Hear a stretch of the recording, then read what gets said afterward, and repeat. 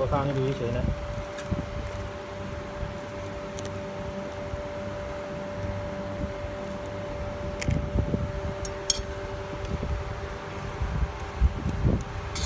โ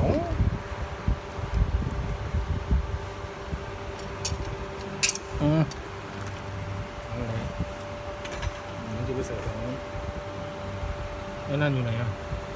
ไอ้ที่ผมเอามา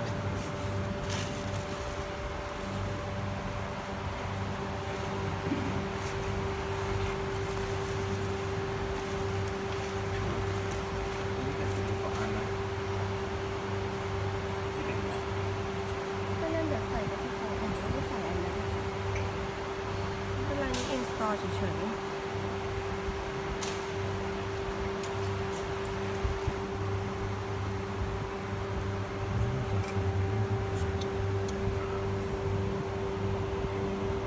มันจะฝั่งนี้กับด้านบน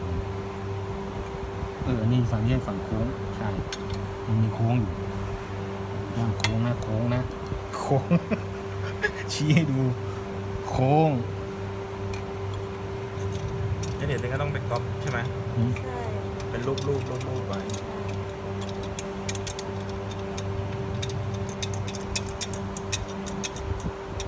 ข้าวๆนะไม่ต้อง หมายความว่าเอาท้อง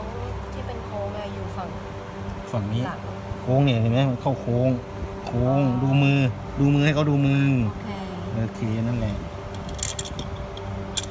นั่นจบ โอเค แค่นี้เองเอาโค้งฝั่งนี้แล้วไอ้บูธเนี่ยมันอยู่ฝั่งนั้นนะด้านในนะไม่ใช่ว่าเขาได้ด้านนี้มันเข้าไม่ได้อยู่แล้วเหรอมันบังคับกันในตัวโค้งบังคับ แล้วก็อันนี้มันบังคับในตัวมันต้องใส่ด้านในอยู่แล้ว